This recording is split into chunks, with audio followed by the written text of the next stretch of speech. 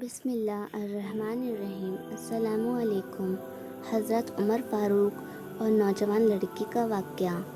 دوستو، آج ہم حضرت عمر فاروق رضی اللہ تعالیٰ عنہ اور ایک دودھ بیچنے والی لڑکی کے بارے میں جانیں گے۔ امیر المومنین حضرت عمر بن خطاب رضی اللہ تعالیٰ عنہ اپنے خلافت کے دنوں میں مسجد کے صحن میں بیٹھ جاتے ہیں اور لوگوں کی ضرورتوں اور شکایتوں کو سنتے تھے۔ سفر میں ہوتے تو راستے میں چلتے لوگوں سے حال معلوم کر لیتے۔ رات کو مدینہ منورہ کی گلی کوچے اور بازاروں میں گشت لگا کر وہاں کے رہنے والوں کی خبر اور حال چال معلوم کیا کرتے تھے۔ پیارے دوستو، ایک رات کا ذکر ہے۔ حضرت عمر فاروق معلوم کے مطابق حضرت ابن عباس رضی اللہ تعالیٰ عنہ کے ساتھ لے کر مدینہ منورہ کی گلیوں کا گشت لگا رہے تھے۔ رات کافی ہو چکی تھی۔ مکانوں اور خیموں کی روشنی بند ہو چکی تھی۔ مدینہ منورہ کے لوگ گہری نیند سو رہے تھے، مگر ایک پھٹے پرانے خیمے میں ابھی تک چراغ جل رہا تھا اور دو عورتوں کی باتیں کرنے کی آواز آ رہی تھی۔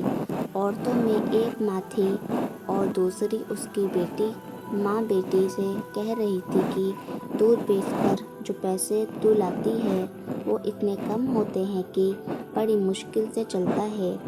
میں جب تیری عمر کی تھی تو دودھ میں پانی ملایا کرتی تھی اور بڑے آرام سے گزر بسر ہوتا تھا۔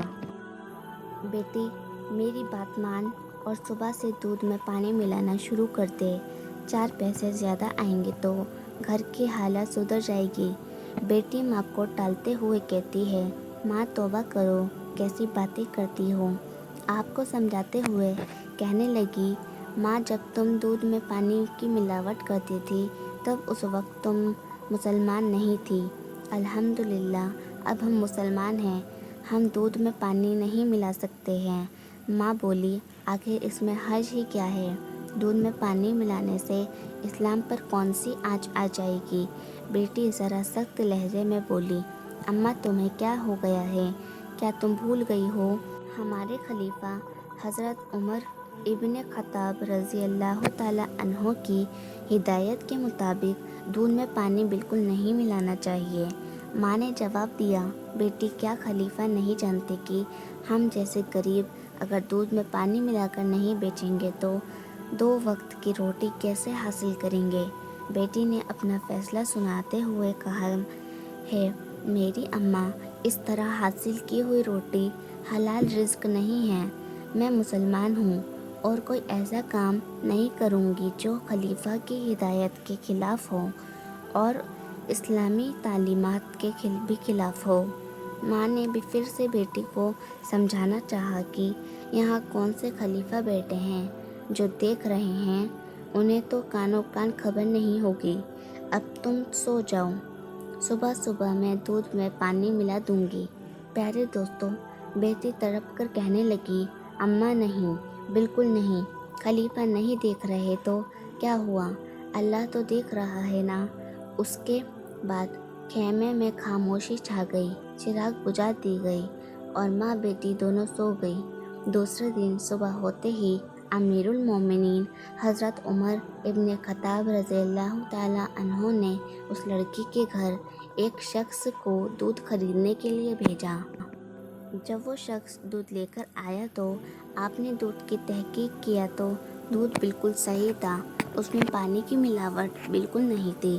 حضرت عمر ابن خطاب رضی اللہ تعالیٰ عنہ اپنے رات کے ساتھی حضرت ابن عباس رضی اللہ تعالیٰ عنہ سے پوچھا کہ ایسی نیک کردار اور اللہ سے ڈرنے والی لڑکی کے لیے کیا انعام ہونا چاہیے؟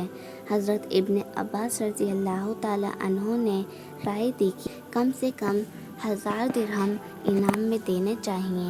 حضرت عمر ابن خطاب رضی اللہ تعالیٰ عنہ نے حضرت ابن عباس رضی اللہ تعالیٰ عنہ کو مخاطب کرتے ہوئے فرمایا، ایسی نیک اور پاک سیرت لڑکی کی ایمانداری کو سکوں میں نہیں تولا جا سکتا۔ میں اس لڑکی کو ایسا انعام دینا چاہتا ہوں جو اس کے شان کے مطابق ہو، یعنی اس لڑکی کو وہ انعام دوں گا جس کی وہ حقدار ہے۔ ماں اور بیٹی کو حضرت عمر کے دربار میں بلایا گیا اور رات کا پورا واقعہ انہیں پھر سے سنایا گیا۔ ماں کے چہرے پر مایوسی آ گئی اور شرمندگی سے اپنا سر نیچے کر لیا، اور بیٹے کا چہرہ صداقت کی نور سے جگمگا اٹھا۔ حضرت عمر ابن خطاب رضی اللہ تعالی عنہ سے کہا، اسلام کو تم جیسی بیٹیوں کی ضرورت ہے۔ پھر حضرت عمر نے کہا، مسلمانوں کا خلیفہ ہونے کی حیثیت سے میری خواہش ہے کہ میں تمہیں اپنی بیٹی بنا لوں۔ حضرت عمر رضی اللہ تعالی عنہ کے 2 بڑے بیٹے حضرت عبداللہ اور حضرت عبد الرحمن کی شادی ہو چکی تھی، مگر آپ کے تیسرے بیٹے حضرت عاصم کی شادی نہیں ہوئی تھی۔ حضرت عاصم قداور اور حسین شخصیت کے مالک تھے، اپنے وقت کے اچھے شاعر اور عالم تھے اور اسلامی اخلاق اور سیرت کا نمونہ تھے۔ اس کے بعد اس نیک سیرت لڑکی کا نکاح ان کے ساتھ کر دیا گیا۔ خلفائے راشدین حضرت صدیق اکبر رضی اللہ تعالی عنہ اور حضرت عمر رضی اللہ تعالی عنہ، حضرت عثمان غنی رضی اللہ تعالی عنہ، حضرت علی رضی اللہ تعالی عنہ کے بعد اگر کوئی خلیفہ منصب کا حقدار ہوا تو وہ حضرت عمر بن عبدالعزیز تھے، اور یہ اسی نیک سیرت دودھ میں پانی نہ ملانے والی لڑکی کے نواسے تھے، اور اسلام کو ایسے لوگوں پر ہمیشہ رشک آتا۔ محترم عزیز دوستو، کیا خوب لوگ تھے اور کیا عظیم حکمران تھے۔ آج کل ہم شکایت کرتے ہیں کہ ہمارے اوپر جو حکمران مسلط ہیں وہ ہم پر ظلم کرتے ہیں۔